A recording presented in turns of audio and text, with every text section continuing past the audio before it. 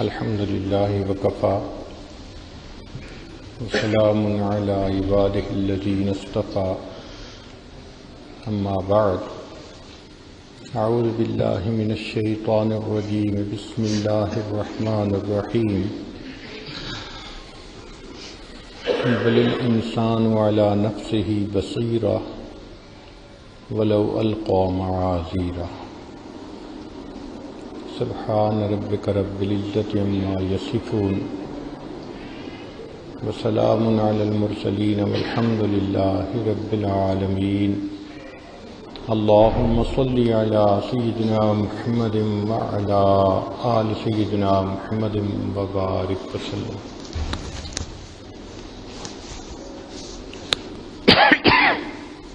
انسان دو چیزوں کا نام، ایک جسم اور دوسرا اس کی روح. جسم کو اللہ رب العزت نے ماں کے پیٹ میں بنایا. جیسا جسم بن جاتا ہے اس دنیا میں آ کر وہ ویسا ہی رہتا ہے. مثال کے طور پر ایک بچہ ماں کے پیٹ سے اندھا پیدا ہوا، اس دنیا میں آ کے اس کو آنکھیں نہیں مل سکتی. اگر ایک بچہ اس طرح پیدا ہوا کہ اس کی انگلیاں 6 تھیں تو دنیا میں آ کے وہ 5 نہیں بن سکتے. کسی کا کمپلیکشن گول چہرہ تھا تو وہ لمبا نہیں ہو سکتا، جس کا لمبا چہرہ تھا اس کا گول چہرہ نہیں ہو سکتا. جو ماں کے پیٹ میں جسم بن گیا اس دنیا میں وہی رہتا ہے. یہ دنیا انسان کے روح کے بننے کی جگہ ہے، انسان کی شخصیت کے بننے کی جگہ ہے. ماں کے پیٹ میں صورت بنی، اس دنیا میں آ کر سیرت بنی. اب انسان جیسے اپنی سیرت بنا لے. اگر ایمان حاصل کر لیا تو یہ دنیا سے ایمان والا جائے گا، اگر نہ کر سکا تو آخرت میں جا کے ایمان نہیں ملے گا. یہ دنیا اخلاق بننے کی جگہ، اچھی عادات بننے کی جگہ، انسان کی سیرت کے بننے کی جگہ.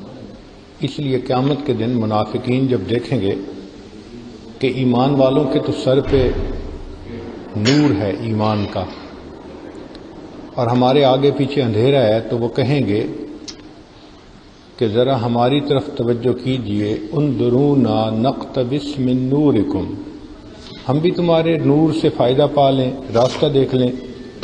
قیل ارجعوا وراءکم فالتمسوا نورا، کہا جائے گا جاؤ پیچھے دنیا میں، یہ نور تو وہاں ملتا تھا.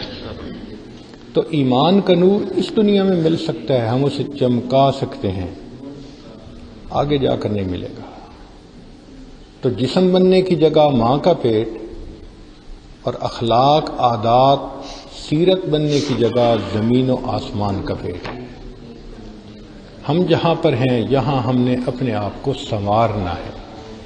ہر بندے کو اصلاح کی ضرورت ہے، چاہے دنیا کا کوئی انسان. مگر اصلاح تو جب ہوگی جب اسے اپنے عیب نظر آئیں. بھئی بیماری کی ڈائگنوزز ہوگی تو اس کا علاج ہوگا نا، ڈائگنوز ہی نہ ہو تو علاج کیسے ہو. ہمارے مشائخ نے ایک عجیب بات کہی کہ جب اللہ تعالیٰ کسی بندے سے خیر کا ارادہ فرماتے ہیں اس کے عیب اس کے سامنے واضح فرما دیتے ہیں.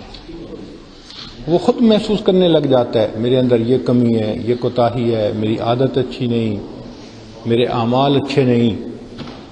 اس کو خود فیل ہونا شروع ہو جاتا ہے. یہ اللہ کی طرف سے اس کے ساتھ خیر کا معاملہ ہوتا ہے. اور جب اللہ تعالیٰ کسی بندے سے ناراض ہوتے ہیں اس کے عیب اس کی نگاہوں سے پوشیدہ کر دیتے ہیں، اسے اپنے اندر کوئی عیب نظر نہیں آتا. چنانچہ ہمارے ایک کولیگ تھے انجینئر، ان کی ذاتی زندگی کے بارے میں مجھے اچھی طرح پتہ ہے کہ نہ نمازوں کی پرواہ، نہ گھر میں پردے کا اہتمام، ٹی وی باقاعدگی سے دیکھنا، فلمیں دیکھنا، غفلت کی زندگی گزار رہے تھے. ایک دن ہمیں اکٹھا کچھ وقت گزارنے کا موقع ملا تو میں نے غنیمت جانتے ہوئے کچھ توبہ استغفار کے عنوان پہ بات کی. بڑی توجہ سے سنی. پوری بات سننے کے بعد بالآخر کہنے لگے کہ یہ بات یہ ہے کہ اپنے ارادے سے تو کبھی گناہ کیا نہیں، بن ارادے کے کوئی ہو گیا ہو تو اللہ معاف کر دے. میں اس شخص کی بات سن کے کانپ گیا کہ یا اللہ، انسان اتنا بھی اندھا ہوتا ہے؟ یعنی اس شخص کو ابھی اپنی زندگی کا پتہ نہیں کہ میں کبائر کا مرتکب ہوتا ہوں. وہ کہہ رہا ہے کہ اپنے ارادے سے تو گناہ کیا ہی نہیں. اتنی گناہ کس کو سمجھتا ہے وہ؟ بنا ارادے کے ہو گیا ہو تو اللہ مجھے معاف کر دے. لیکن پھر یہ بات اور زیادہ مضبوط ہوئی. عرفات کے میدان میں ایک بڑے میاں تھے، 72 سال کی عمر تھی تقریباً، اور وہ عرفات کے میدان میں بیٹھے ہوئے نکاح، بیاہ، شادی اسی کی باتیں کر رہے تھے. تو مجھے حیرت ہوئی کہ یہ وقوف کا وقت ہے. اس وقوف کے وقت میں سفید بالوں والا ایک بوڑھا بندہ اگر نوجوانوں کے ساتھ اس طرح کی باتیں کر رہا ہو تو عجیب سی لگتی ہیں. تو میں نے انہیں سلام کیا اور میں نے پوچھا جی کہ آپ ٹھیک ہیں، خیریت سے ہیں؟ کہنے لگے ہاں، جو گزر جائے واہ واہ ہے.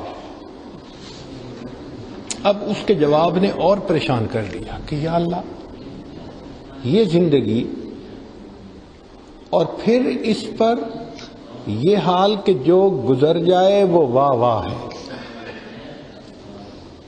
اور حالانکہ وہ اپنے سارے کام کرتوت نوجوانوں کو سنا رہے تھے کہ میں نے کیا کیا زندگی میں.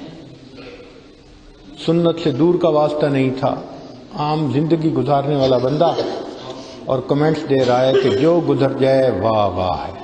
اس کا مطلب کہ اپنی آنکھ اپنے عیبوں کو دیکھنے سے قاصر ہے.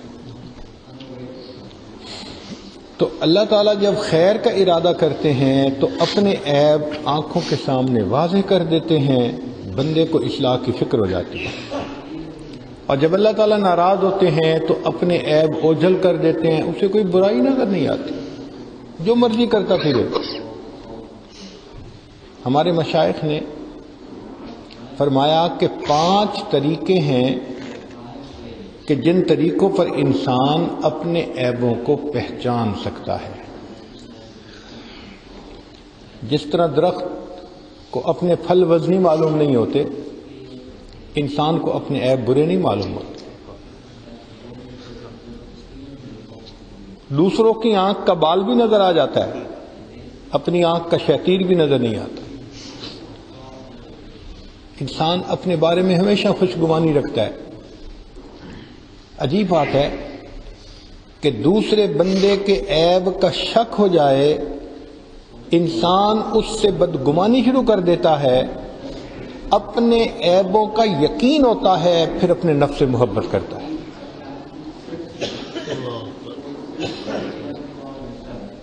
تو یہ ایک امپورٹنٹ ٹاپک ہے جو ہمیں سمجھنا چاہیے کہ ہم اپنے عیب کیسے پہچان سکتے ہیں. سب سے پہلا کام کہ انسان خود اپنے عیب نہیں صحیح طرح پہچان سکتا، اس کے لیے کسی دوسرے کی ضرورت ہوتی ہے. ایسے ہی مثال ہے کہ ڈاکٹر لوگ خود بیمار ہوتے ہیں تو اپنا علاج خود نہیں کرتے، کسی دوسرے ڈاکٹر سے جا کے چیک اپ کرواتے ہیں. وہ سمجھتے ہیں کہ دوسرا جو تھرڈ پرسن ہے وہ بہتر ہمارے بارے میں رائے قائم کرے گا کہ ہماری بیماری کیا ہے. سیلف میڈیکیشن سے وہ بچتے ہیں. اگر انسان اپنی اصلاح خود کر سکتا تو طالب علم فیل کیوں ہوتے؟ جو طالب علم امتحان دے رہا ہوتا ہے وہ تو دعائیں مانگ مانگ کے آیا ہے کہ میں پاس ہو جاؤں. وہ جو جواب لکھ رہا ہوتا ہے اپنی طرف سے صحیح لکھ رہا ہوتا ہے. اب جب امتحان ہوتا ہے اور ٹیچر ایگزامن کرتا ہے تو وہ اس کو فیل کر دیتا ہے اور پھر یہ ایکسیپٹ کرتا ہے کہ ہاں مجھ سے غلطی ہوئی. اس کا مطلب کہ لکھتے ہوئے تو جو ٹھیک سمجھ رہا تھا وہ غلطی تھی بیسیکلی. تو انسان کا اپنا یہی ہے کہ وہ ٹھیک ہی سمجھتا رہتا ہے حالانکہ غلطی کر رہا ہوتا ہے. اس کے لیے سب سے پہلی بات جس سے کہ انسان کو اپنے عیبوں کا پتہ چلے وہ ہے کسی استاد کو استاد سمجھنا. دین کے معاملے میں کسی کو اپنا مربی، اپنا شیخ، اپنا استاد بنا لینا، یہ سب سے پہلا عمل ہے. کہتے ہیں جائے استاد خالی، استاد کی جگہ ہمیشہ خالی ہوتی ہے. کوئی کتنا ہی اچھا کیوں نہ بن جائے ابھی بھی امپرومنٹ کی گنجائش ہوتی ہے. انگلش میں کہتے ہیں کہ improvement, room of improvement is always there. چنانچہ ایک سمپل سی مثال ہے کہ ایک ٹیم فٹ بال میں پوری دنیا کی چیمپئن بنی. اب اس ٹیم کا ہر کھلاڑی بہترین کھیل کھیلتا ہے، لیکن جب اگلے سال مقابلہ ہوتا ہے پھر اس ٹیم کا کوچ ہوتا ہے. کوچ کی کیا ضرورت ہے بھائی؟ ہر کھلاڑی کھیلنا جانتا ہے، ہر کھلاڑی پچھلے سال چیمپئن ٹیم کا ممبر تھا، ان کو رولز کا پتہ ہے کیا کرنا ہے کیا نہیں کرنا. مگر نہیں، اتنے چیمپئنز کو بھی کسی ایڈوائز کرنے کی ضرورت ہوتی ہے. تو اگر کھیل کے میدان میں چیمپئن ٹیم کے لیے بھی کسی کوچ کی ضرورت ہے تو انسان کو اپنی زندگی کے اس کھیل میں کسی کوچ کی ضرورت نہیں ہے. ضرورت ہوتی ہے، ہر انسان کو ہوتی ہے. ایک شخص نے بچے کا علاج خود کیا، پیسے کم تھے، بیوی نے کہا کہ بچے کا پیٹ خراب ہو گیا، لہذا آپ جائیں اور جا کے بچے کے لیے دوائی لائیں. اس نے سوچا ڈاکٹر کے پاس جاؤں گا تو 100 روپیہ تو وہ لے لے گا اور دوائی آئے گی 50 روپے کی، تو میں 100 روپے بچا کے خود ہی دوائی لے لیتا ہوں، معمولی سی تو بیماری ہے. وہ سیدھا فارمیسی پہ چلا گیا اور فارمیسی والے کو کہا کہ بھائی مجھے قبض کی دوائی دے دو. اس نے یہ سوچا کہ پیٹ لوز ہے اس لیے کہ اب اس کو سخت ہونا چاہیے، تو جب میں قبض کی دوائی لوں گا تو یہ نارمل ہو جائے گا. اب جب اس نے دوائی شروع کروائی تو بچے کے اور زیادہ لوز موشن شروع ہو گئے، حتیٰ کہ دوسرے دن ڈی ہائیڈریشن کی وجہ سے وہ بچہ مرنے کے قریب ہو گیا. تب اس کی بیوی ڈاکٹر کے پاس لے کے گئی. ڈاکٹر نے پوچھا کون سی دوائی دی؟ اس نے کہا جی یہ. بھئی کیوں دی؟ یہ میرا خامن لایا تھا. اس نے کہا تمہیں بیٹے کی جان کا احساس نہیں تھا؟ کہتے میں نے تو سمپل سمجھا کہ لوز موشن ہے، قبض کی دوائی دے دیں گے تو پیٹ سخت ہو جائے گا. اس نے کہا ہماری زبان میں جب کہتے ہیں قبض کی دوائی دو تو وہ قبض کو الٹا ختم کرنے کی دوائی ہوتی ہے. تو پہلے لوز موشن تھے، الٹا اور لوز موشن کی دوائی شروع ہو گئی، تو بچے نے مرنا ہی تھا اور کیا کرنا. تو انسان کی اپنی اصلاح کی یہی مثال ہے. ہاں استاد ہو جو بتائے کہ انسان اپنا علاج کیسے کرے. چنانچہ اللہ رب العزت نے نبی علیہ السلام کی تربیت فرمائی، نبی علیہ السلام نے صحابہ کی تربیت فرمائی. ذرا توجہ کیجئے علماء کے لیے نکتہ کہ قرآن مجید میں جہاں لما کا لفظ ہے یہ تربیت ہے. لما کا لفظ تبھی بولتے ہیں نا جب ذرا سرزنش کرنی ہو، بات سمجھانی ہو، کہنا ہو لما کیوں، تو لما کا لفظ استعمال ہوا ہے. مگر نبی علیہ السلام کے لیے اللہ نے جب استعمال فرمایا تو یا پہلے بخشش کا وعدہ یا بعد میں بخشش کا وعدہ.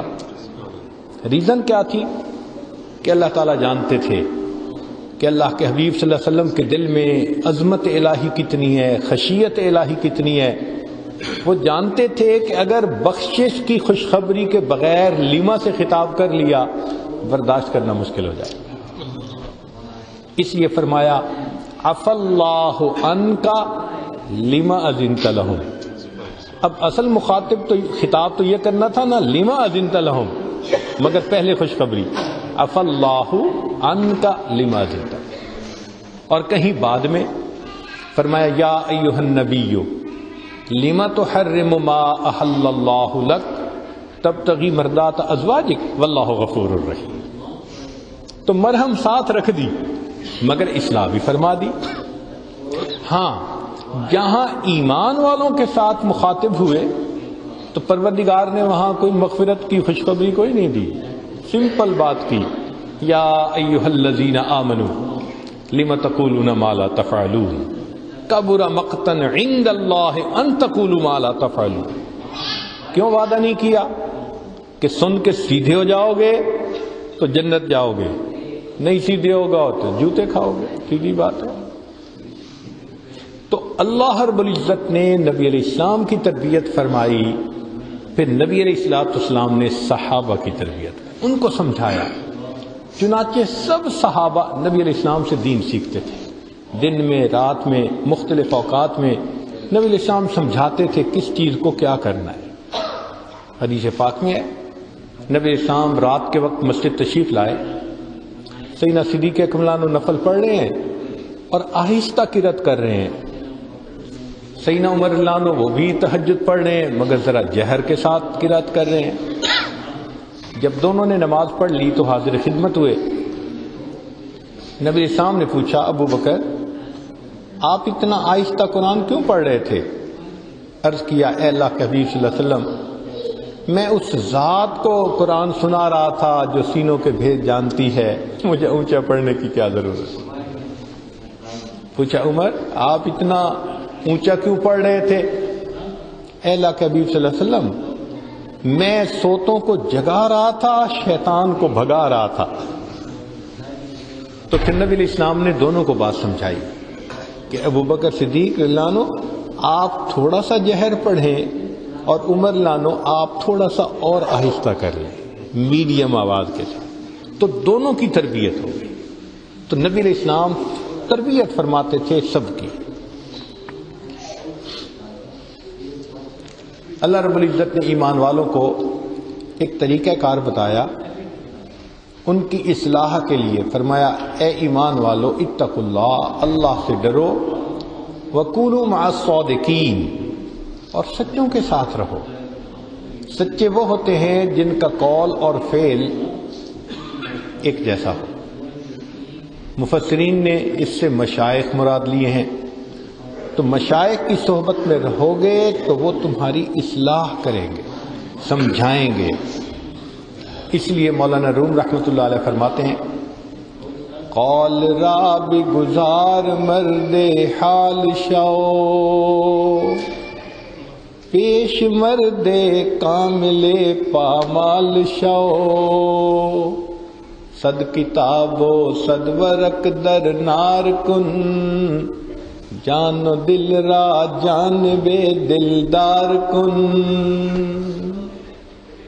کہ اگر تم صاحب قال ہو تو کسی صاحب حال کے سامنے اپنے قال کو ڈال دو. کیوں؟ کہ تم بے شک 100 کتابوں کو 100 ورقوں کو تم آگ میں ڈال دو لیکن جان اور دل کو اپنے رب کے حوالے کر. اصل مقصود تو یہ ہے نا. فرماتے ہیں گر تو سنگے خارہ مرمر شوی کیوں بصاحب دل رسی گوہر شوی. کہ اے دوست اگر تو اپنے آپ کو سمجھتا ہے کہ میں بڑا سنورا ہوا ہوں اور سنگ مرمر کی طرح ہوں، ابھی بھی کسی صاحب دل کے ہاتھ میں آ جا، وہ تجھے ہیرا بنا دے گا.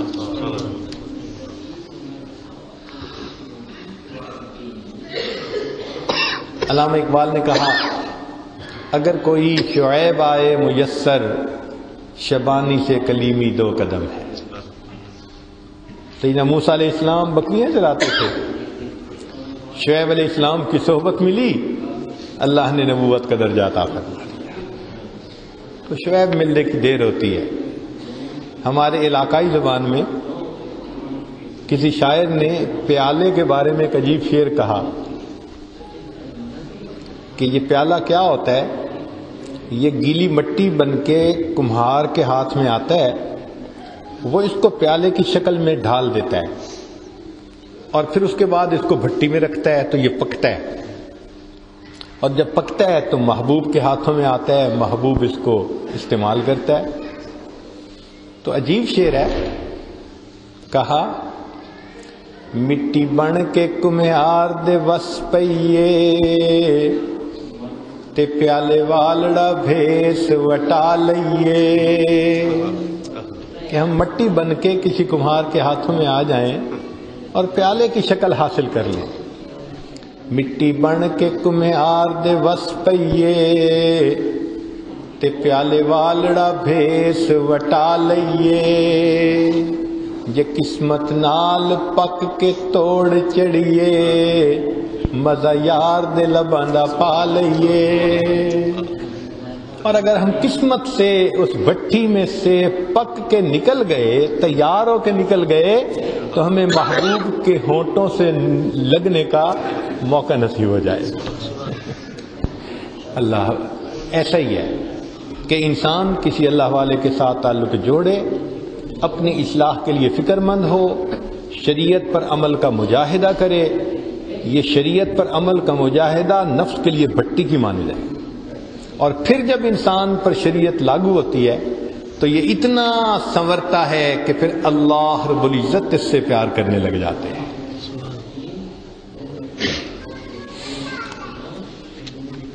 حج کے موقع پہ ہم نے دیکھا کہ ہر بس کے اندر ایک نوجوان بچہ ہوتا ہے، اس کا نام مرشد ہوتا ہے۔ تو ہم نے پوچھا بھئی حاجی تو پورے ہیں، کیوں کھڑے ہیں؟ وہ جی مرشد نہیں آیا۔ بھئی مرشد کیا مطلب؟ کہنے لگے کہ میدان عرفات میں منا میں جانے کے لیے راستوں کی کچھ اس موقع پہ ترتیب ہوتی ہے، وہ ہر بندے کو نہیں معلوم۔ تو کچھ ایسے نوجوان ہوتے ہیں ہر مکتب میں جن کو راستے سکھائے جاتے ہیں، وہ بس کو اپنی منزل پہ لے جانے کی مہارت رکھتے ہیں، اس لیے سارے حاجی موجود ہیں مگر بس کھڑی ہے، مرشد آئے گا تو بس چلے گی۔ تو جب ہم نے پہلی مرتبہ سنا تو ہم نے کہا الحمدللہ کہ ظاہری منزل پر پہنچنے کے لیے اگر مرشد کی ضرورت ہے تو روحانی منزل پر پہنچنے کے لیے بھی مرشد کی ضرورت ہے۔ اور آج کل تو سبحان اللہ اور کام آسان ہو گیا ہے، ایک انسٹرومنٹ آ گیا ہے، وہ جی پی ایس، ماشاءاللہ اس کے اوپر جہاں جانا ہو اس کا ایڈریس فیڈ کر دیتے ہیں اور پھر وہ بتاتا رہتا ہے اب رائٹ لے لیں، اب لیفٹ لے لیں، اور اب آپ اپنی منزل پہ پہنچ گئے۔ سبحان اللہ، راستے کو کہتے ہیں طریقہ، اور جو راستہ سمجھائے وہ شیخ ہوا۔ تو ماشاءاللہ آج کل تو ہر گاڑی میں پیر طریقت موجود ہے۔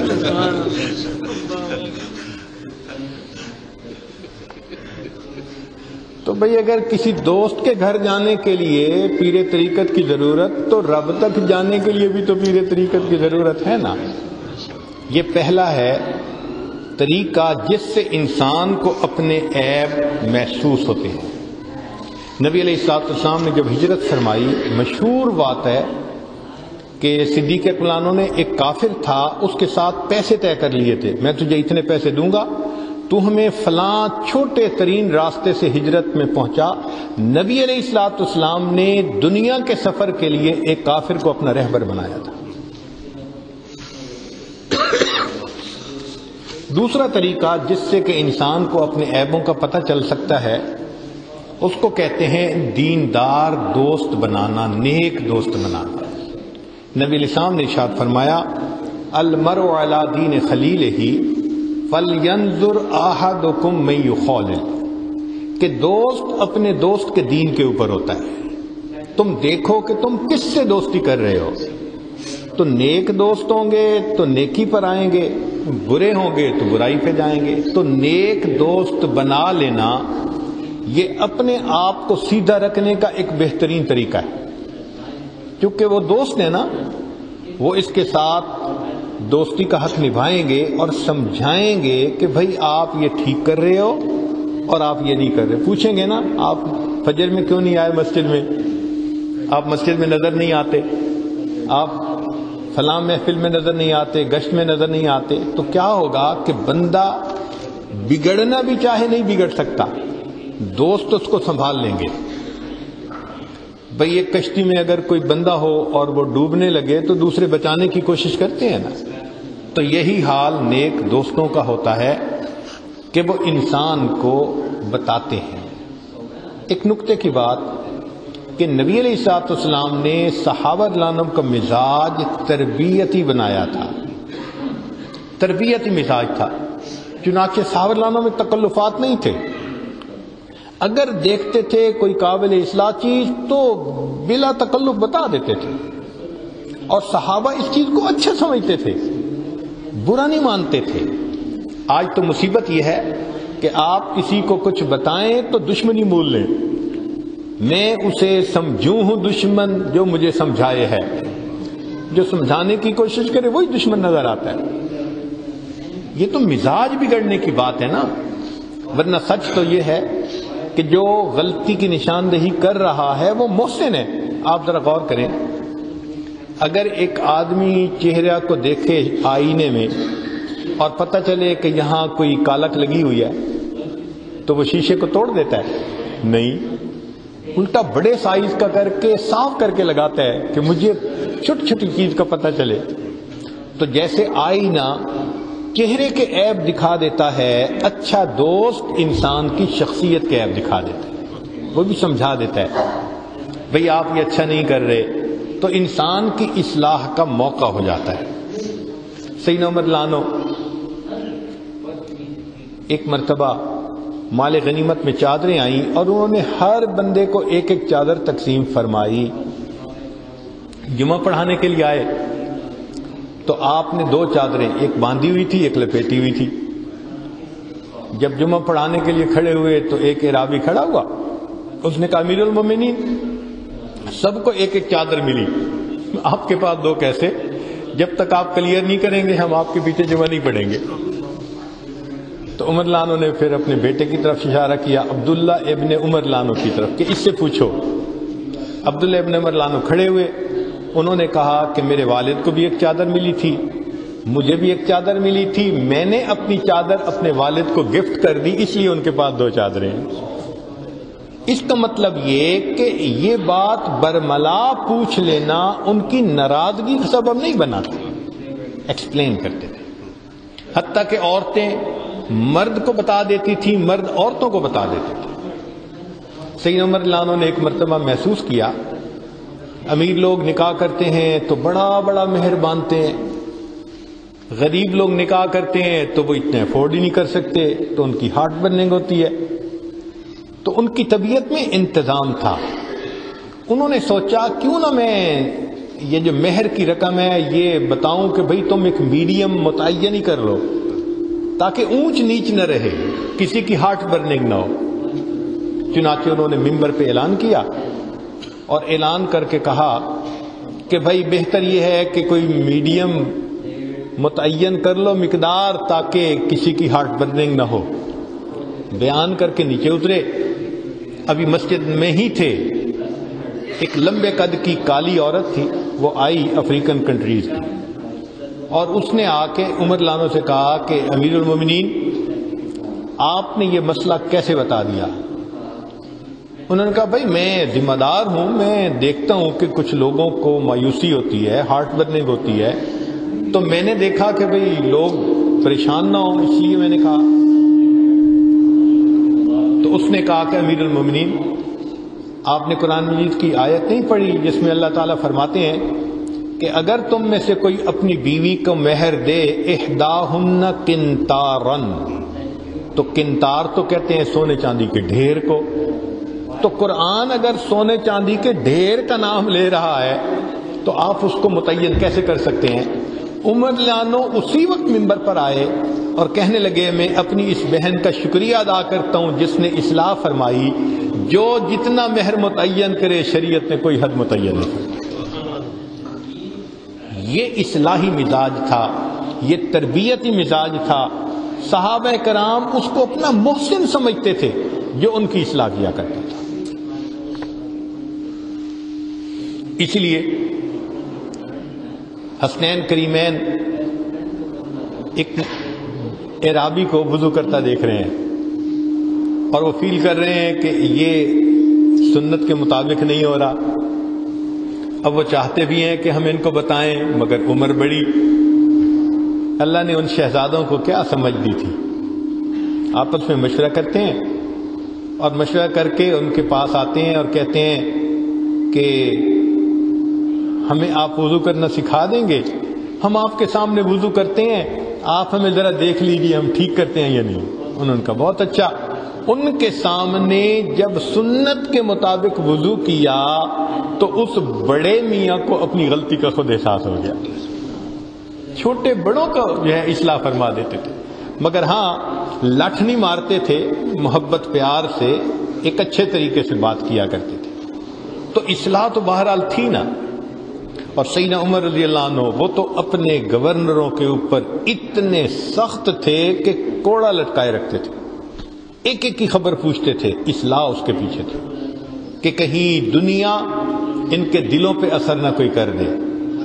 چنانچہ حمص کے گورنر تھے حضرت سعید رضی اللہ تعالی عنہ، ان کے بارے میں اطلاع ملی جی کہ ان کے جو لوگ ہیں نا وہاں کے، وہ گورنر سے اتنے خوش نہیں ہیں۔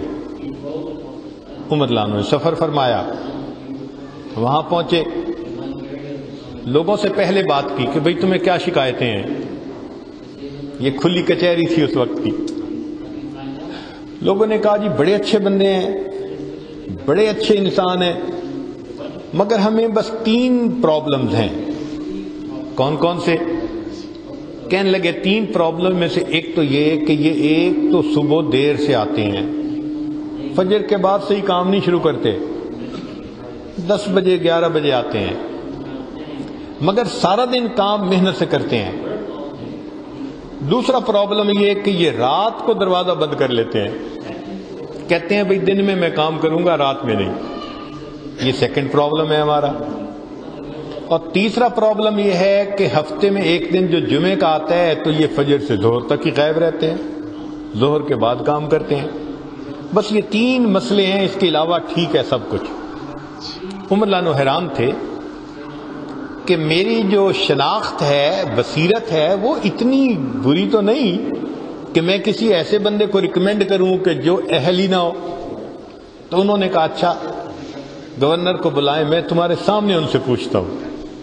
اب عجیب سی سچویشن، الگ نہیں پوچھ رہے کمرے میں جا کے، سب کے سامنے، بھئی لوگوں کو 3 شکایتیں ہیں، اب بتائیں ان تینوں کا جواب کیا ہے۔ تو گورنر کھڑے ہیں اور لوگ سن رہے ہیں۔ پہلی شکایت یہ کہ آپ صبح دیر سے کیوں آتے ہیں کام کے لیے؟ انہوں نے کہا کہ امیر المومنین میرے پاس نہ کوئی نوکر ہے، نہ خادم ہے، نہ غلام ہے، میں اپنے سارے کام خود کرتا ہوں، کھانا پکانا بھی مجھے خود پڑتا ہے۔ تو فجر کے بعد میں اپنے گھر کی صفائی، اپنا کھانا، ہر انتظام کر کے پھر نکلتا ہوں، مجھے اپنے کام سمیٹنے میں کچھ ٹائم لگتا ہے، اس لیے مجھے دیر ہو جاتی ہے، میں نے متعین کر دیا یہ ٹائم۔ عمر رضی اللہ عنہ نے کہا ٹھیک ہے، بالکل یہ تو ایک ضروری چیز ہے۔ اچھا یہ بتائیں آپ رات کو دروازہ بند کر لیتے ہیں؟ امیر المومنین میں نے اپنا دن اللہ کی مخلوق کے لیے وقف کر دیا ہے اور میں نے اپنی رات اپنے اللہ کے لیے وقف کر دی ہے، میں رات کو اپنے رب کی عبادت کرتا ہوں، رب کو مناتا ہوں۔ اچھا یہ بھی ٹھیک ہے بھائی۔ اچھا یہ بتائیں کہ جمعہ کے دن آپ ظہر تک غائب ہی رہتے ہیں؟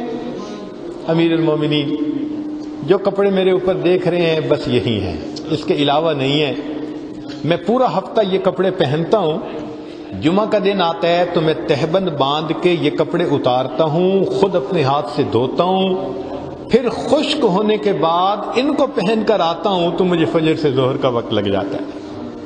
عمر رضی اللہ عنہ نے کہا الحمدللہ میں نے جس بندے کو اس کام کے لیے چنا، اللہ نے اس کے دل میں دنیا کی ذرہ برابر بھی محبت نہیں رکھی۔ تو ایک تربیتی مزاج تھا صحابہ کا، ایک دوسرے کی تربیت وہ فرماتے رہتے تھے۔ سیدنا عمر لانو کا ایک مقولہ ہے، سن لیجئے. فرمایا کرتے تھے میں اس شخص کے لیے مغفرت کی دعا کروں گا. سونے کی سیاہی سے لکھنے کے قابل ہے یہ بات. فرماتے تھے میں اس شخص کے لیے مغفرت کی دعا کروں گا جو میرے پاس میرے عیوب کا تحفہ لے کر آئے گا. جو شخص میرے پاس میرے عیوب کا تحفہ لے کر آئے گا میں اس کے لیے بخشش کی دعا کروں گا. سبحان اللہ. یہ وہ لوگ تھے جن کو اپنی اصلاح کی فکر تھی کہ ہم یہاں سے سنور کے دنیا سے اللہ کے سامنے پیش ہو جائیں. چنانچہ ایک بادشاہ تھا، وہ ایک عالم کو جب بھی دیکھتا تو ان کو اپنی جگہ پر بٹھاتا اور خود ان کے سامنے شاگرد بن کر بیٹھتا. تو باقی علماء اس پر بڑے حسد کرتے، حیران ہوتے کہ بھئی کیا ہے اس میں، ہم سے علم میں بھی زیادہ نہیں مگر بادشاہ اتنے احترام کرتا ہے. تو ایک دن کسی نے پوچھ لیا کہ بادشاہ سلامت آپ اتنا ان کا اکرام کرتے ہیں کہ اپنی جگہ پہ بٹھاتے ہیں.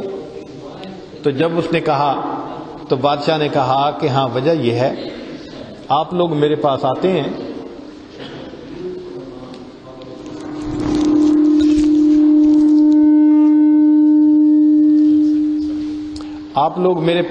ہیں تو میری ہر بات پہ میری تعریفیں کرتے رہتے ہیں. یہ جب میرے پاس آتے ہیں یہ میری غلطیوں کی نشاندہی کرتے ہیں. میرے دل میں ان کا احترام ہے، یہ میرے استاد کی مانند ہیں. جب آتے ہیں میں ان کو اپنی جگہ پہ بٹھاتا ہوں، ان کے سامنے خود شاگرد بن کے بیٹھتا ہوں.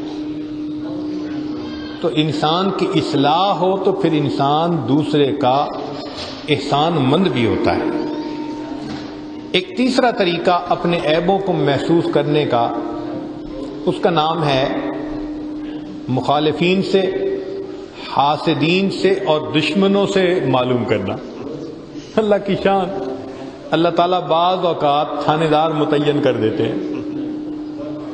کچھ حاسدین ایسے ہوتے ہیں وہ چھوٹی باتوں کو زوم کر کے دیکھتے رہتے ہیں. ان کو اللہ نے خوردبین دی ہوتی ہے، مائکروسکوپ. وہ مائکروسکوپ فٹ کر کے بیٹھے ہوتے ہیں، چھوٹی بات کا بتنگڑ بنا دیتے ہیں. تو بندہ پریشان ہوتا ہے، اوہو حاسد نے یہ کہا. پریشان ہونے کی بات نہیں، یہ ہمارے تھانے دار ہیں، ہمیں سیدھا رکھتے ہیں. اگر یہ نہ ہوتے تو ہم سیدھا کیسے رہتے؟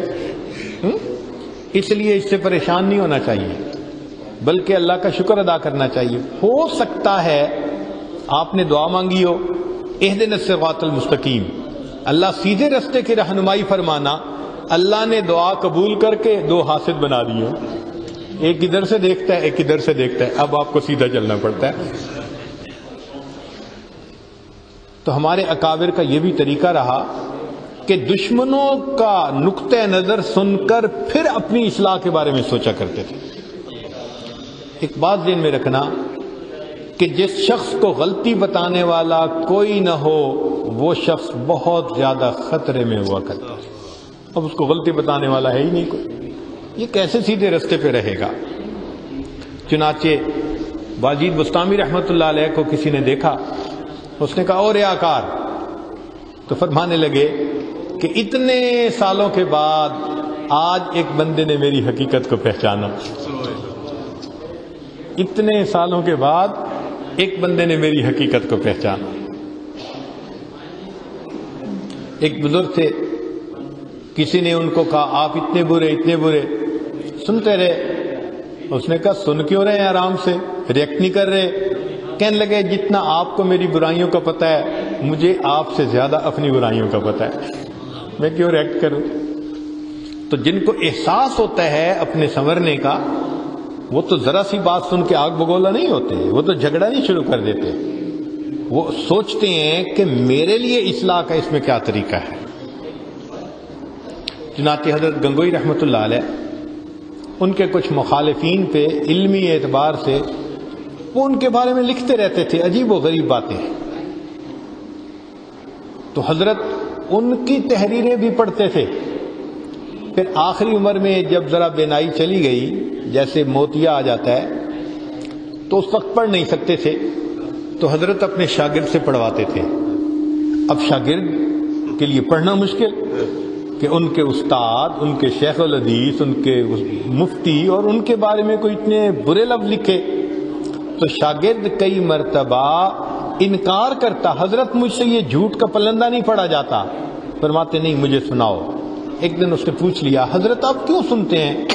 فرمایا میں اس لیے سنتا ہوں کہ اگر میرے لیے اس میں اصلاح کی کوئی چیز ہوگی تو مجھے اپنی اصلاح کا موقع مل جائے. تو ہمارے اکابر اپنے مخالفین اور حاسدین سے بھی اپنی اصلاح کی باتیں سیکھ لیا کرتے تھے.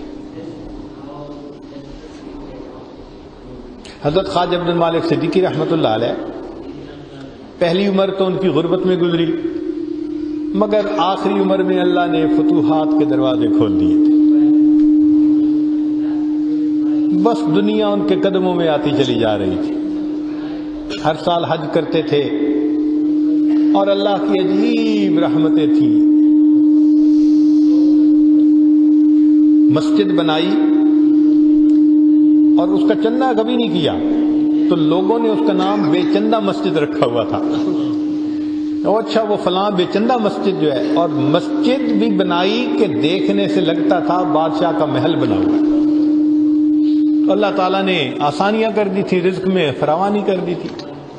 اب بعض ایسے حضرات تھے، خاص طور پر پیر بھائی، وہ جب اس مال دولت کی بہتات کو دیکھتے تھے تو وہ باتیں کرتے تھے. حضرت کا ایک مرید تھا کسی شہر میں، وہ وہاں سے چلا حضرت کی زیارت کے لیے. اس نے سوچا کہ مسجد میں وہ فلاں بھی ہیں تو میں انہیں بتا دوں کہ میں حضرت کے پاس جا رہا ہوں. تو اس نے ان کو بتایا کہ جی میں حضرت کو ملنے جا رہا ہوں. اس نے کہا اچھا اپنے پیر کو جا کے بتا دینا کہ دنیا اور آخرت دو بہنیں ہیں، ایک نکاح میں آتی ہے دوسری حرام ہو جاتی ہے. انہوں نے یہ بات کی کہ اپنے پیر کو بتا دینا کہ دنیا اور آخرت دو بہنیں ہیں، ایک سے کوئی نکاح کرتا ہے تو دوسری اس پر حرام ہو جاتی ہے. مقصد کہنا کیا تھا کہ یہ جو ریل پیل ہو رہی ہے دنیا کی، تو اگر دنیا سے نکاح ہو گیا تو آخرت گئی. اصل تو اشارہ ان کا اس طرف تھا، مگر اس نے یہ بات سن تو لی. اب اس کو بہت زیادہ غصہ بھی آیا، مگر وہ چپ ہو گیا اور چل پڑا. خیر حضرت سے آ کر ملا، جب بیٹھا تو حضرت نے حال احوال پوچھے تو اس نے بتا دیے، اور باتوں باتوں میں حضرت نے ان کی خیریت بھی پوچھی. جو بھائی تھے بتایا جی وہ بھی ٹھیک تھے. اب جب اس نے کہا نا کہ وہ بھی ٹھیک تھے تو حضرت کو فیل ہو گیا یہ بھی اللہ والے بڑے نباز ہوتے ہیں، ان کی اپنی نظر ہوتی ہے. تو حضرت نے پہچان لیا کہ کوئی نہ کوئی بات ہوئی ضرور ہے جو اس کا ایکسنٹ بتا رہا ہے. حضرت نے اب اس سے کھود کرید کرنی شروع کر دی. اچھا بتاؤ انہوں نے کیا کہا تھا، کیا لفظ کہے تھے، مجھے پوری بات کہو، پورے الفاظ کہو. جب کھود کرید کی تو اس نے پھر ساری بات کر دی کہ حضرت میں نے تو بتایا تھا کہ میں اپنے پیر صاحب کو ملنے جا رہا ہوں، اور انہوں نے مجھے دیکھتے ہی چھوٹتے یہ بات کر دی کہ پیر کو کہنا کہ دنیا آخرت دو بہنیں ہیں، ایک سے نکاح ہوتا ہے دوسری حرام ہو جاتی ہے. حضرت نے یہ الفاظ سنے اور اس کے بعد حضرت نے سر جھکا لیا اور آنسو ٹپکنے لگے. آنسو ٹپکنے لگ گئے. کچھ دیر کے بعد آنسو پوچھے اور پھر اوپر دیکھ کر کہا الحمدللہ ابھی بھی دنیا میں ایسے لوگ موجود ہیں جن کو ہماری اصلاح کی فکر ہے. یہ الفاظ کہ الحمدللہ ابھی بھی دنیا میں ایسے لوگ موجود ہیں جن کو ہماری اصلاح کی فکر ہے. یہ ہوتے ہیں جن کو اپنی تربیت اور اصلاح کی طلب ہوتی ہے. ہمیں تو بندہ کوئی آ کر بتا دے تو ہم تو لڑنے پہ آمادہ ہو جاتے ہیں. تو پہلا شیخ سے تربیت پانا، دوسرا نیک دوستوں سے اپنی اصلاح کے مواقع ڈھونڈنا، اور تیسرا دشمنوں کی زبانی اپنی اصلاح کے مواقع ڈھونڈنا، چوتھا ہے دوسروں کی غلطیوں سے عبرت پکڑنا۔ یہ ایک بہت اچھا طریقہ ہے، چنانچہ فرمایا گیا السعید من وعظ لغیرہ والشقی من وعظ لنفسہ، جو نیک بخت ہوتا ہے وہ دوسروں کی غلطیوں سے عبرت پکڑتا ہے، اور جو بدبخت ہوتا ہے وہ خود غلطی کر کے بھی مشکل سے عبرت پکڑتا ہی نہیں۔ شریعت نے جو حدود قائم کی اور حکم دیا کہ لوگوں کو اس وقت بلاؤ، مجمع ہونا چاہیے، اس کے پیچھے آئیڈیا کیا تھا کہ اگر ایک نے کبیرہ گناہ کیا، اب دوسرے دیکھ لیں کہ سزا کیسی ہے تو آئندہ یہ گناہ نہیں کریں گے، تو عبرت پکڑنا۔ چنانچہ کسی نے لقمان حکیم سے پوچھا تھا کہ آپ لقمان حکیم کیسے بنے؟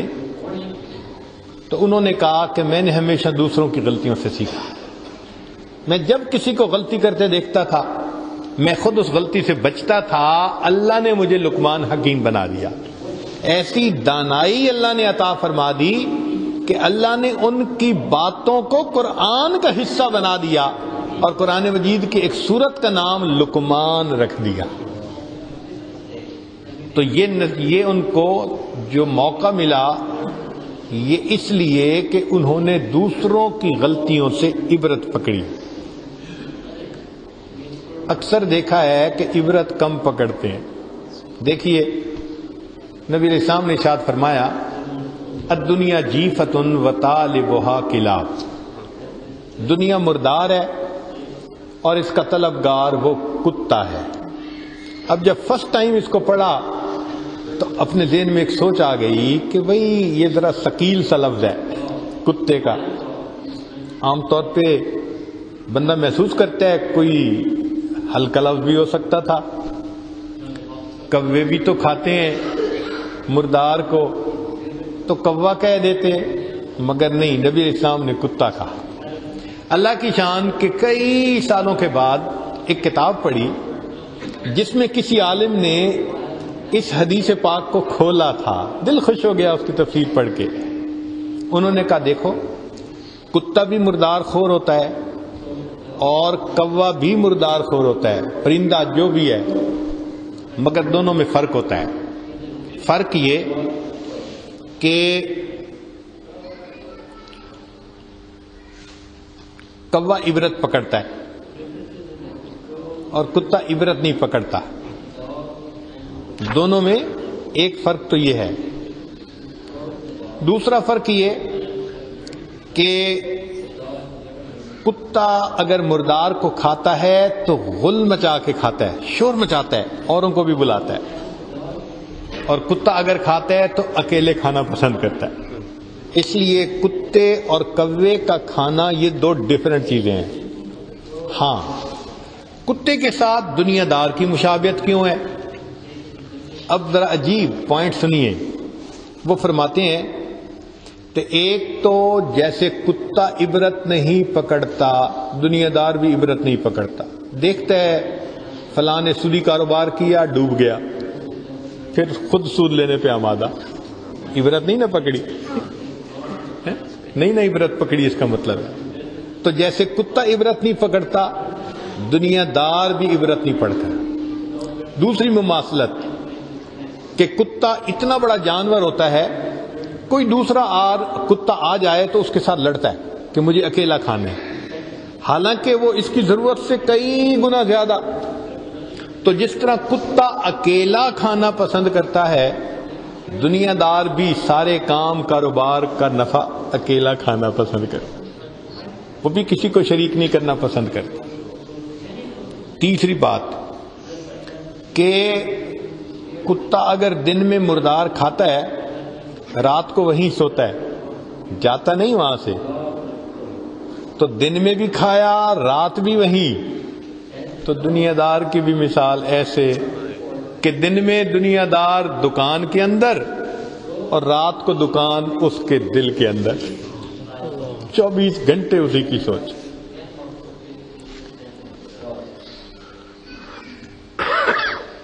جس طرح کتے کا دل اس جانور کو، مردار کو کھانے سے نہیں بھرتا، دنیا دار کا دل کبھی دنیا سے نہیں بھرتا۔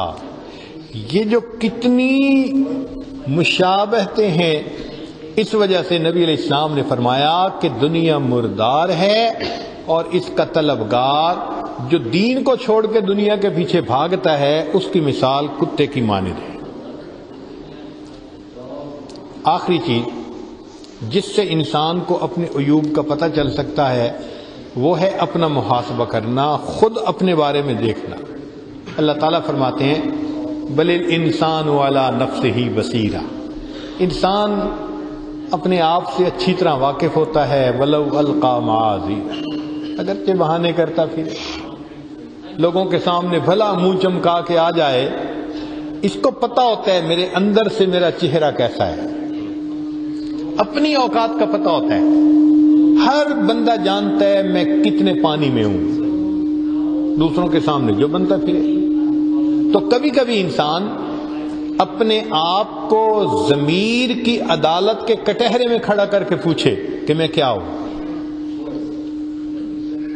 کبھی اپنے دل سے گواہی مانگے۔ دل وہ گواہ ہے جو کبھی رشوت قبول نہیں کرتا، ہمیشہ سچی گواہی دیتا ہے۔ تو اپنے دل سے اپنے بارے میں فتویٰ لیا کرے کہ میں کیا ہوں۔ دل کہے گا تمہارے اندر کھوٹ ہے، تمہارے اندر نفاق ہے، تمہارا قول اور فعل اور اوقات کا پتہ چل جائے گا، کسی اور کے پاس جانے کی ضرورت ہی کیا ہے۔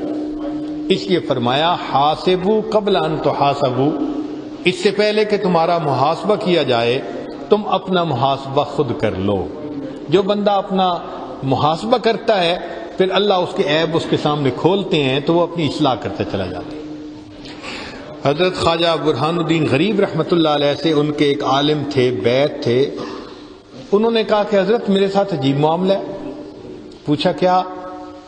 کہنے لگا حضرت جتنے میں اپنے عیب کی اصلاح کرنے کی کوشش کرتا ہوں اتنے عیب مجھے اور نظر آتے ہیں۔ تو فرمایا یہی ایمان کامل کی نشانی ہے، یہی ایمان کامل کی نشانی ہے کہ جتنی غلطیاں نظر آئیں آپ ان کو درست کریں، آپ کو اور اتنی غلطیاں نظر آئیں گی۔ یہ تو آن گوئنگ پروسیس ہے پوری زندگی کا کہ انسان اپنی اصلاح کے پیچھے لگا رہے۔ چنانچہ معروف کرخی رحمۃ اللہ علیہ سے کسی نے کہا کہ حضرت آپ تو بڑے بزرگ ہیں، کہنے لگے سنو میرا اپنے بارے میں رائے یہ ہے کہ اگر اس مسجد میں اعلان ہو کہ جو شخص سب سے زیادہ برا وہ مسجد سے نکل جائے تو پوری مسجد میں سب سے پہلے میں نکلوں گا، مجھ سے پہلے کوئی نہیں نکل سکتا۔ اپنے بارے میں ان کا یہ معاملہ ہوتا تھا۔ اب یہاں تک کی باتیں تو ذرا آسان تھیں سمجھنی، ایک ذرا ثقیل سی بات ہے، سمجھنی بھی ذرا مشکل ہے۔ تو جی چاہ رہا ہے کہ وہ بھی آج کھول دی جائے، کیوں جی؟ اجازت ہے؟ امام ربانی حضرت مجد علی ثانی رحمۃ اللہ علیہ نے لکھا ہے کہ جس بندے نے اپنے اندر سے تکبر اور عجب کو ختم کرنا ہو اس کو چاہیے کہ وہ اپنے کو دوسروں سے کمتر سمجھے، اپنے کو دوسروں سے کمتر سمجھے، چھوٹے سے بھی بڑے سے بھی، نیک سے بھی بد سے بھی، چھوٹے سے بھی بڑے سے بھی اپنے کو کم سمجھے، نیک سے بھی اور بد سے بھی اور کافر سے بھی، حتیٰ کہ جانور سے بھی۔ اب یہ تھوڑا سا ثقیل مسئلہ ہے مگر اس کو ذرا کھولتے ہیں۔ دیکھیں چھوٹے سے اپنے کو کم سمجھنا، اس کا آسان طریقہ یہ ہے کہ یہ چھوٹا ہے، اس کو تو وہ گناہ کرنے کا موقع ہی نہیں ملا جو میں کر چکا ہوں، تو بھائی یہ مجھ سے اچھا ہے۔ بات سمجھ میں آتی ہے؟ جو عمر میں بڑا ہو اس کے بارے میں سوچے او میری تو عمر ہی اتنی نہیں جتنی نیکیاں یہ کر چکا، اس نے تو زندگی کے اتنے رمضان گزار لیے، اتنی نمازیں پڑھ لیں تو یقیناً یہ تو مجھ سے بہت اچھا ہے۔ تو چھوٹے اور بڑے کو اپنے سے بہتر سمجھنا یہ ذرا آسان ہے، پھر نیک کو اپنے سے بہتر سمجھنا یہ بھی آسان ہے، مگر برے کو بہتر سمجھنا اس کا طریقہ یہ کہ انسان یہ سوچے کہ وہ اگرچہ برا ہے مگر اس وقت ہے نا، اور شریعت کا اصول یہ ہے کہ جو بندہ سچی توبہ کرتا ہے اولئک یبدل اللہ سیئاتہم حسنات، اللہ گناہوں کو نیکیوں میں بدل دیتے ہیں، لہذا یہ بندہ اگر ابھی توبہ کر لے گا تو اتنے گناہ نیکیاں بن جائیں گے، یہ پھر مجھ سے بہتر ہو جائے گا۔ تو نیک کو حالن اپنے سے اعلیٰ سمجھے اور برے کو معالن اپنے سے اعلیٰ سمجھے۔ بھئی گنجائش تو ہے نا، آج توبہ کر لے آگے نکل جائے اسے۔ نبی علیہ السلام نے فرمایا خیارکم فی الجاہلیت خیارکم فی الاسلام اذا فقہوا، کہ جب جو برائی میں تم سے آگے نکلا ہوا ہو، جب اس کو دین کی سمجھ آئے گی اور وہ نیکی پہ آئے گا، وہ نیکی میں بھی تم سے آگے نکل جائے گا۔ تو برے کی برائی سے نفرت ہونی چاہیے، برے سے نفرت نہیں ہونی چاہیے۔ یہ بات ذرا سمجھیے، برائی سے نفرت ہونی چاہیے، برے سے نفرت نہیں ہونی چاہیے۔ اس کی مثال ایسے ہی ہے کہ جیسے ڈاکٹر لوگ ہوتے ہیں، وہ بیماری سے بچتے ہیں، ڈرتے ہیں، گلوز پہنتے ہیں، اپنے آپ کو فوراً وہ کیمیکل چھڑکتے ہیں کہ جس سے ان پر کوئی جراثیم عمل نہ کر سکے، فلاں نہ کر سکے، مگر وہ بیمار سے تو نفرت نہیں نہ کرتے۔ بیمار کو تو گلے لگا رہے ہوتے ہیں، بیمار کا تو آپریشن کر رہے ہوتے ہیں، اس کی خاطر محنت کر رہے ہوتے ہیں، راتوں کو جاگ رہے ہوتے ہیں۔ تو جیسے ڈاکٹر بیمار سے نفرت نہیں کرتا، بیماری سے نفرت کرتا ہے، ہم بدکار سے نفرت نہ کریں، بدکاری سے نفرت کریں، برائی سے نفرت کریں۔ اور اس کی دلیل حدیث پاک سے کہ نبی علیہ الصلوۃ والسلام نے کچا پیاز کھانے سے منع فرمایا، مگر یہ نہیں کہا کہ میں پیاز سے نفرت کرتا ہوں۔ محبوب صلی اللہ علیہ وسلم کا دانائی کا کیا کلام تھا حکیمانہ، فرمایا انی اکرہ ریحھا، میں اس کی بری مہک کو ناپسند کرتا ہوں۔ اس کا مطلب یہ ہے کہ اگر اسی پیاز کو آپ سرکے میں ڈال دیں اور اس کی بری مہک ختم ہو جائے تو آپ کھا سکتے ہیں، اسی کو آگ پہ پکا لیں اور اگر اس کی مہک ختم ہو جائے تو کھا سکتے ہیں، پھر نفرت کرنے کی کوئی ضرورت نہیں۔ تو نبی علیہ السلام نے پیاز سے نفرت نہیں فرمائی، پیاز کی بو سے نفرت فرمائی۔ تو ہمیں برے سے نفرت نہیں کرنی بلکہ اس کی برائی سے نفرت کرنی۔ اب یہ چار باتیں سمجھ میں آ گئیں، چھوٹے کو بھی اپنے سے اچھا سمجھے، بڑے کو بھی اپنے سے اچھا سمجھے، نیک کو بھی اپنے سے اچھا سمجھے اور برے کو بھی اپنے سے اچھا سمجھے۔ تو آگے کافر کو بھی، وہ کیسے کہ حدیث پاک ہے کہ جو بندہ کلمہ پڑھ لیتا ہے الاسلام یہدم ما کان قبلہ، جو پیچھے کے سب گناہ ہوتے ہیں کلمہ پڑھنے سے اللہ سب گناہوں کو معاف فرماتا ہے۔ تو بھئی پوٹینشل تو اس میں بھی ہے، وہ آج کلمہ پڑھ لے اس کے گناہ زیرو، ہمارے سر پہ تو پہاڑوں جیسے گناہ ہے۔ اس لیے اس کے بارے میں بھی ایک حسن ظن رکھے کہ اللہ کا بندہ ہے، کسی وقت کلمہ پڑھ سکتا ہے۔ تو یہ بات بھی کچھ سمجھ میں آ گئی۔ لیکن چوتھی بات سمجھنا کہ جانور اچھے، وہ تو سمجھ میں نہیں آتی۔ انسان کہتا ہے میں انسان ہوں، اشرف المخلوقات ہوں، جانور کیسے اچھے؟ مگر حضرت مجدد ثانی رحمۃ اللہ نے جو لکھا ہے نا، قرآن نے بھی اس کی تصدیق کر دی۔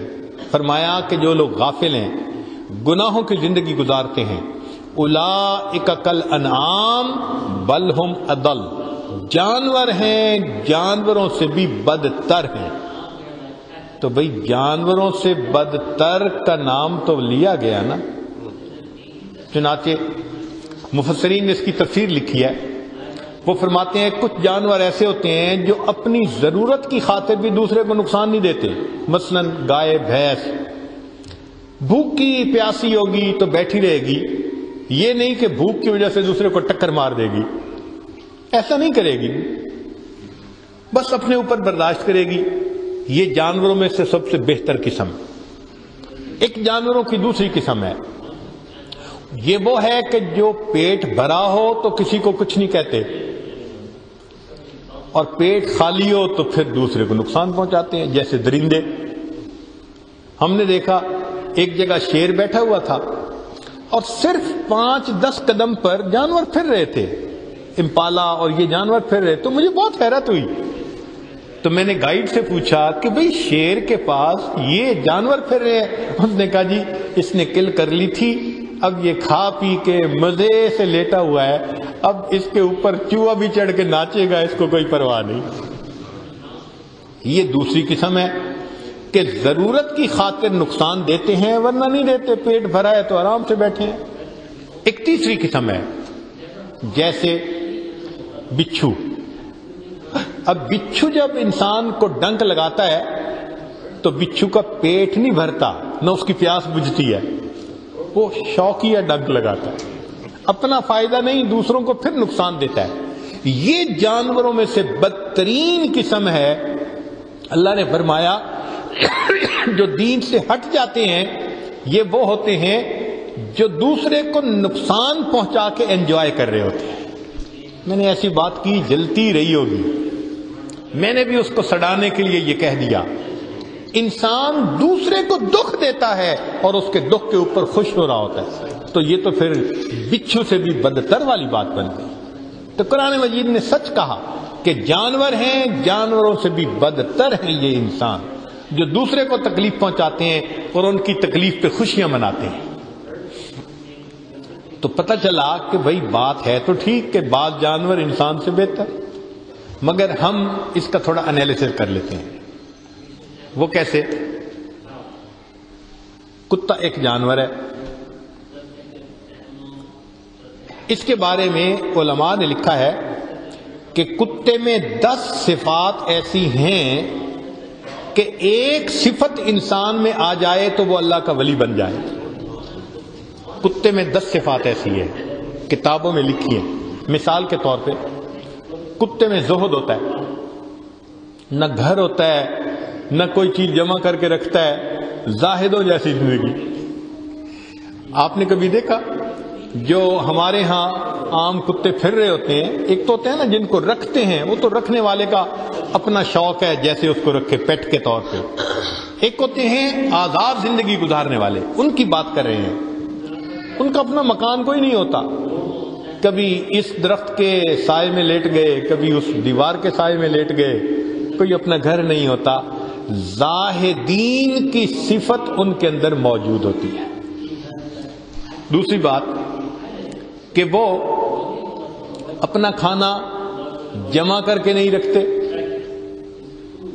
بلکہ جو مل جاتا ہے وہ کھا لیتے ہیں، یہ متوکلین کی صفت ہوتی ہے۔ پھر تیسری بات، مالک اپنے بچوں کے ساتھ بیٹھا کھانا کھا رہا ہے اور کتا بھوکا ہے اور سامنے بیٹھا ہے، یہ کبھی بچے پہ حملہ کر کے اسے روٹی نہیں چھینے گا، بس پیچھے بیٹھا دیکھتا رہے گا اور اپنے مالک کے اشارے کا منتظر رہے گا۔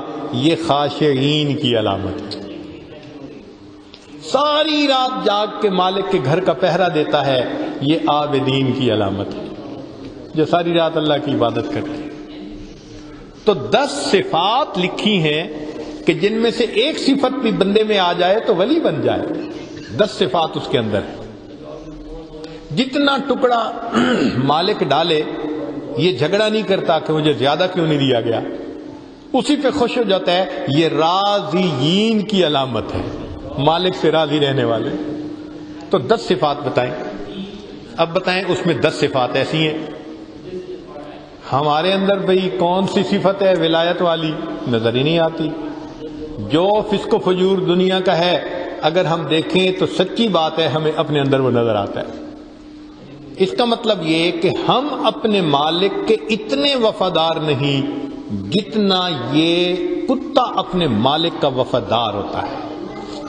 کتے کی وفاداری کا تو مشہور واقعہ سنا آپ نے، کسی ملک میں ایک سکول ٹیچر تھا جو دوسرے شہر سکول میں پڑھانے جاتا تھا ٹرین کے ذریعے سے، تو کتا اس کو صبح کے وقت اسٹیشن تک چھوڑتا تھا اور جب شام واپس آنے کا وقت ہوتا تو اسٹیشن پہ جا کے اس کا استقبال کرتا تھا۔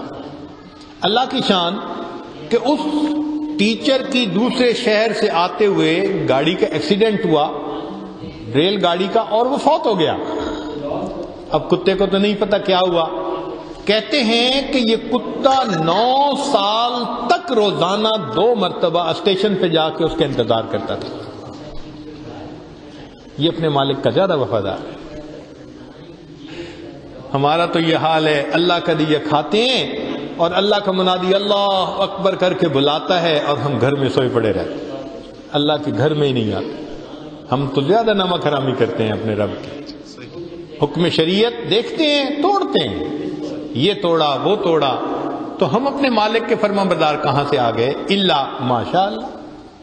تو معلوم ہوا کہ کتا اپنے مالک کا زیادہ وفادار، مطیع اور فرما بردار۔ اور ایک چیز اس میں اور دیکھی کہ یہ مالک کا در نہیں چھوڑتا۔ چنانچہ ہم نے دیکھا کہ مالک اگر کتے کو کسی وجہ سے ڈنڈے لگائے، جوتے لگائے، یہ جوتے کھا کے چلا جائے گا، پھر تھوڑی دیر کے بعد اسی کے دروازے پہ۔ یہ جوتے کھا کے بھی مالک کا در نہیں چھوڑتا۔ ہمارے کاروبار میں تھوڑا سا پرابلم آئے، ہم مسجد کا دروازہ چھوڑ بیٹھتے، بھئی مسجد نہیں آتے، اور جی کاروبار ٹھیک ہوگا تو مسجد آؤں گا۔ تو ہم تو اپنے مالک کا دروازہ بھول گئے نا۔ تو اس میں صفات زیادہ ہیں ہم سے۔ ہمارے علاقے میں، قریب کے علاقے میں ایک بزرگ گزرے، ان کے کچھ اشعار ہیں پنجابی زبان کے، جو نہیں سمجھیں گے ان کے لیے ترجمہ انشاءاللہ کر دیا جائے گا۔ فرماتے ہیں، راتی جاگیں تے شیخ سڈاویں، راتی جاگن کتے تیتھوں اتے، کہ تو رات کو جاگتا ہے اور اپنے آپ کو بڑا شیخ کہلواتا ہے، اور رات کو تو کتے جاگتے ہیں، وہ بھی تجھ سے اوپر۔ راتی جاگیں تے شیخ سڈاویں، راتی جاگن کتے تیتھوں اتے، رکھا سکھا ٹکڑا کھا کے، دن جا رکھاں وچ ستے تیتھوں اتے۔ تو رات کی ڈیوٹی کرتا ہے تو گھر آ کے نرم بستر پہ سوتا ہے، اور بیوی کو کہتا ہے خبردار بچوں کی آواز آئی میری نیند ڈسٹرب نہ ہو، کرفیو لگا ہوتا ہے گھر میں۔ اور یہ کتا ساری رات مالک کے گھر کا پہرا دیتا ہے، اس کے سونے کے لیے بستر کوئی نہیں ہوتا۔ یہ پھر کسی دیوار کے ساتھ لگ کے سردی گرمی برداشت کرتا وہی سو جاتا ہے۔ یہ تجھ سے بہتر ہوا۔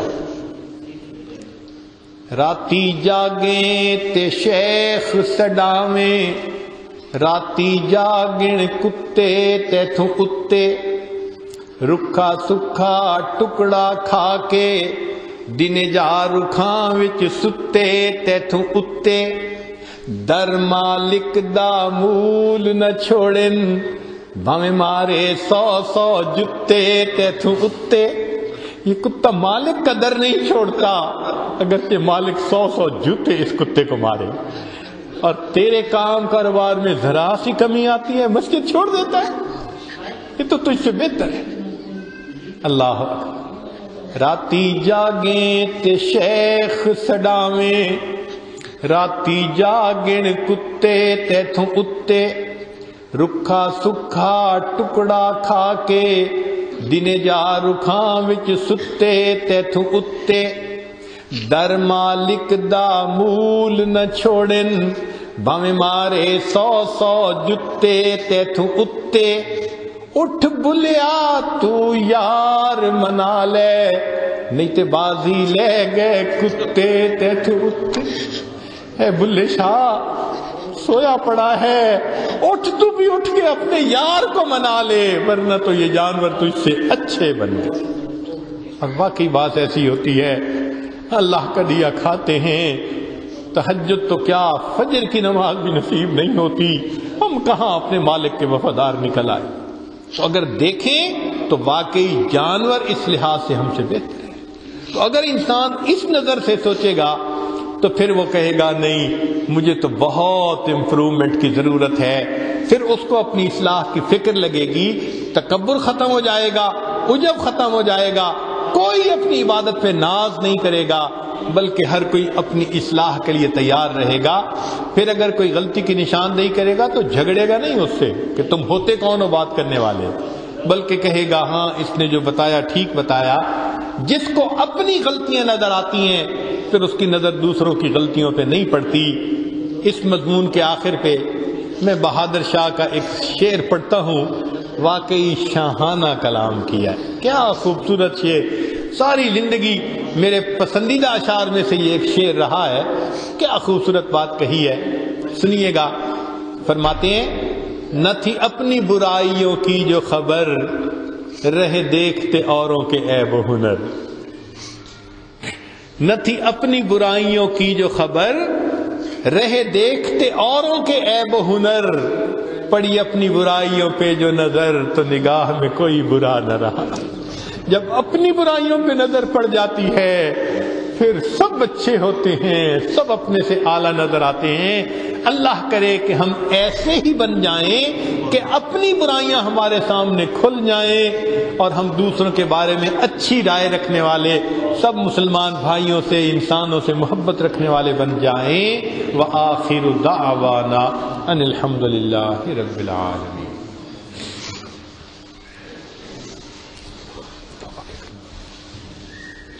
دعا سے پہلے بعض احباب جو توبہ کی نیت سے آئے ہیں ان کو کچھ کلمات پڑھائے جائیں گے۔ دل میں نیت کر لیں کہ ہم پچھلے گناہوں سے سچی پکی توبہ کر رہے ہیں، آئندہ نیکوکاری کی زندگی گزارنے کا دل میں ارادہ کر رہے ہیں۔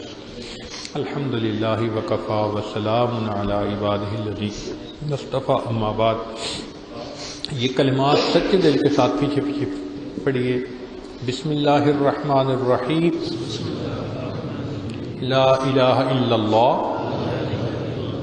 محمد الرسول اللہ، آمنت باللہ وملائکتہ وکتبہ ورسلہ والیوم الآخر والقدر خیرہ وشرہ من اللہ تعالی والبعث بعد الموت، آمنت باللہ کما ہوا باسمائہ وصفاتہ وقبلت جمیع احکامہ اقرار باللسان وتصدیق بالقلب، اشہد ان لا الہ الا اللہ واشہد ان محمدا عبدہ ورسولہ، استغفر اللہ ربی من کل ذنب واتوب الیہ برحمتک یا ارحم الراحمین۔ چند معمولات ہیں، اگر ان کو باقاعدگی سے کریں تو انشاءاللہ اللہ تعالیٰ دل کو منور کریں گے۔ ان میں سے پہلی چیز ہے 100 مرتبہ استغفار صبح و شام روزانہ پڑھنا، استغفر اللہ ربی من کل ذنب واتوب الیہ۔ 100 مرتبہ درود شریف پڑھنا، اللہم صلی علی سیدنا محمد وعلی آل سیدنا محمد وبارک وسلم۔ تیسرا ہے روزانہ قرآن مجید کی تلاوت کرنا، ایک پارہ پڑھیں روزانہ تو بہت اچھا، مشکل ہو تو آدھا پارہ پڑھ لیجیے، مگر کچھ نہ کچھ قرآن مجید روزانہ پڑھنے کی نیت ہو، اور جو حافظ ہوں وہ اپنی منزل کے حساب سے پڑھیں۔ چوتھی چیز ہے چلتے پھرتے لیٹے بیٹھے ہر وقت دل میں اللہ کا دھیان رکھنا، دست بکار دل بیار، ہاتھ کام کاج میں مشغول، دل اللہ کی یاد میں مشغول۔ اور پانچویں چیز ہے ذکر قلبی یعنی مراقبہ کرنا۔ اس کا طریقہ یہ ہے کہ جب آپ فارغ ہوں عشاء کے بعد یا تہجد کے وقت یا فجر کے بعد تو تھوڑی دیر کے لیے اللہ سے لو لگا کے بیٹھ جایا کریں، ساری دنیا کے خیالات ذہن سے نکال کے اللہ کی طرف متوجہ ہوں، اور یہ سوچا کریں کہ اللہ کی رحمت آ رہی ہے، میرے دل میں سما رہی ہے، دل کی ظلمت اور سیاہی دور ہو رہی ہے، اور میرا دل اللہ اللہ اللہ، یہ میرا دل بول رہا ہے، زبان سے نہیں پڑھنا، دل بول رہا ہے اور میں سن رہا ہوں۔ شروع میں آپ کو محسوس نہیں ہوگا، مگر کچھ ہی عرصے کے بعد آپ کو ایک فیلنگ ہونی شروع ہو جائے گی کہ جیسے اللہ اللہ کی آواز آ رہی ہے۔ اس کو ذکر قلبی کہتے ہیں۔ آپ اس کو ذرا کچھ عرصہ کیجئے اور پھر دیکھیے کہ اس کی برکت کیا ہوتی ہے۔ اس کی آسان مثال یہ ہے کہ جیسے آپ سیل فون روزانہ استعمال کرتے ہیں تو پھر اس کی بیٹری ڈسچارج ہو جاتی ہے، تو رات کے وقت وہ پھر چارجر کے ساتھ آپ لگاتے ہیں۔ اگر لگانا بھول جائیں تو بیٹری کمپلیٹ ڈسچارج ہونے کے بعد سیل فون ہی بند ہو جاتا ہے، کمیونیکیشن ہی ختم ہو جاتی ہے۔ بالکل اسی طرح ہم روزانہ دفتر میں بزنس میں کام کرتے ہیں تو ہماری دل کی جو فیلنگ کی بیٹری ہے وہ بھی ڈپلیٹ ہوتی ہے، ڈسچارج ہوتی ہے۔ ہم روزانہ اس کو چارج کریں، اور یہ جو مراقبہ ہے نا، یہ اللہ سے کنیکشن جوڑ کے بیٹھنا، یہ گویا دل کی بیٹری کو چارج کرنے کا ایک طریقہ ہے۔ تو روزانہ چارج کرتے رہیں گے تو بیٹری فل رہے گی، اعمال آسان ہوں گے، اور اگر نہیں کریں گے تو آپ دیکھیں گے کہ سچ بولنا مشکل، نگاہ کا بچانا مشکل، اور دوسرے ایسے نیک کام کرنے مشکل ہوتے ہیں۔ تو انشاءاللہ ان اعمال کو کریں گے، اللہ تعالیٰ آسانی فرمائیں گے۔ ابھی دعا سے پہلے صرف 2-3 منٹ کے لیے آپ حضرات اس کی مشقت لیجئے، آنکھوں کو بند کر لیجئے، سر کو جھکا لیجئے، دنیا اور جو کچھ دنیا میں ہے ہٹ کٹ کے اللہ رب العزت کی یاد میں ڈوب جائیے۔ ظاہر کی آنکھیں بند کر دیجئے، من کی آنکھیں کھول لیجئے۔ انسان جب اپنے اندر جھانکتا ہے اسے اپنی اصل تصویر نظر آتی ہے۔ من کے دریچے کو کھولیے، اپنی اصل تصویر کو دیکھیے۔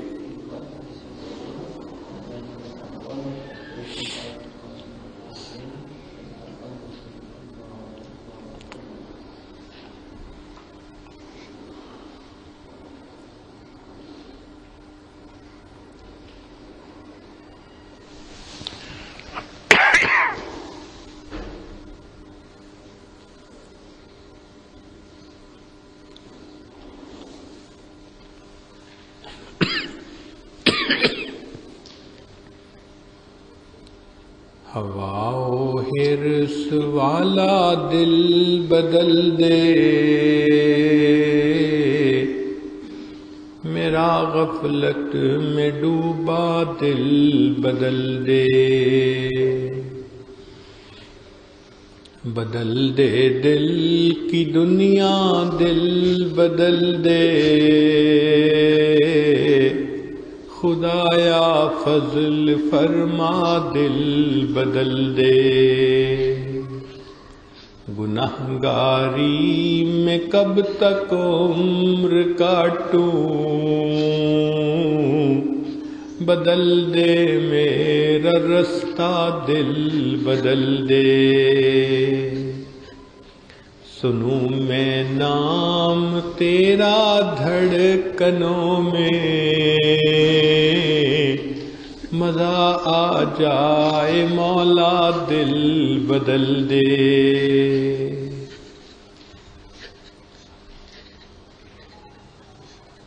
ہٹا لوں آنکھ اپنی ماں سوا سے، جیوں میں تیری خاطر دل بدل دے،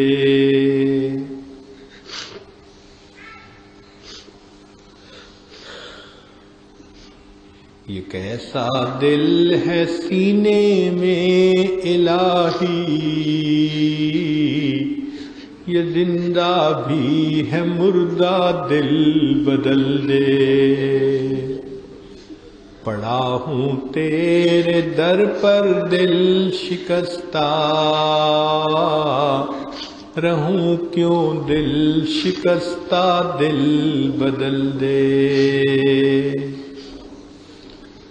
تیرا ہو جاؤں اتنی آرزو ہے، بس اتنی ہے تمنا دل بدل دے، میری فریاد سن لے میرے مولا، بنا لے اپنا بندہ دل بدل دے، گنہگاری میں کب تک عمر کاٹوں، بدل دے میرا رستہ دل بدل دے.